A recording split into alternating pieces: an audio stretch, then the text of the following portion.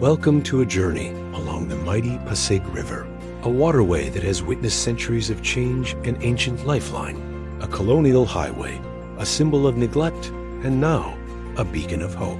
Its story is woven with legends, historical milestones, and modern efforts to restore its former glory. As we explore this narrative, we will uncover the river's mystical origins, its vital role in shaping Philippine history, the challenges it faces today, and the ongoing revival it seeks to bring back its vitality. Let us begin with the enchanting legends that surround the Pasig River. According to local folklore, the river was born from the tears of lovers separated by fate. It is said that a maiden and a young man from different tribes loved each other deeply, but were forbidden to unite. In their despair, their tears mingled, creating the river that flows through the heart of Manila. This myth emphasizes the river's connection to love, longing, and the deep emotional roots of the Filipino people. Another legend speaks of the Mutya Pasig, a mythical fairy or guardian spirit believed to dwell within the waters. The Mutya is said to be a beautiful, shimmering maiden who protects the river and its creatures. She is a symbol of the river's sacredness and the importance of caring for it. Tales of her appearances have been told by fishermen and villagers, reminding us that the Pasig is not just water and earth, but a living, breathing entity with a soul. Moving from myth to history, the Pasig River's significance is evident in the ancient kingdoms that flourished along its banks. Long before Spanish colonization, the river served as a vital artery for trade and communication among early Filipino communities. Barangays and settlements sprouted along its shores, relying on the river for fishing, transportation, and sustenance. When the Spaniards arrived in the 16th century, they recognized the strategic importance of the Pasig.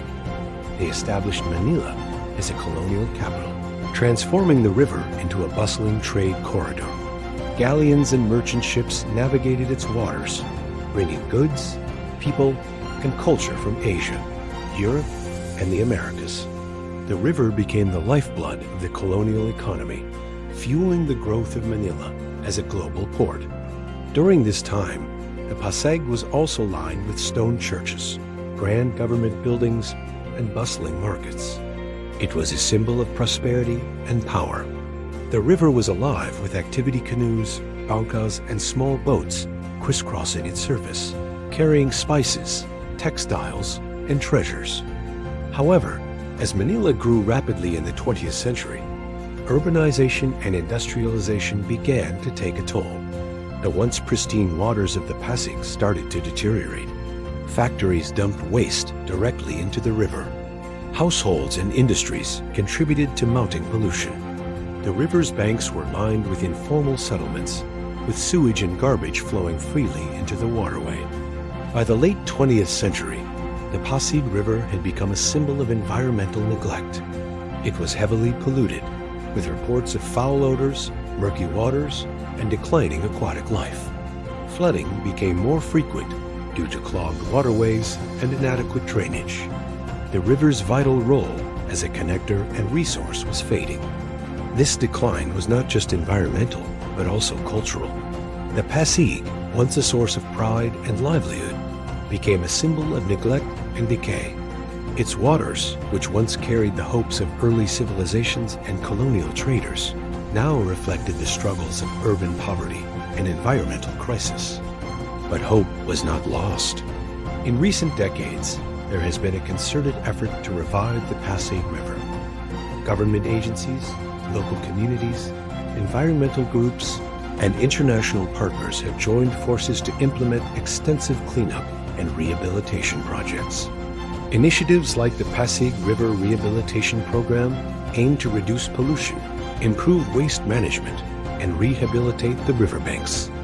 Efforts include dredging to deepen the waterway, constructing sewerage treatment facilities, and relocating informal settlements away from the river's edge.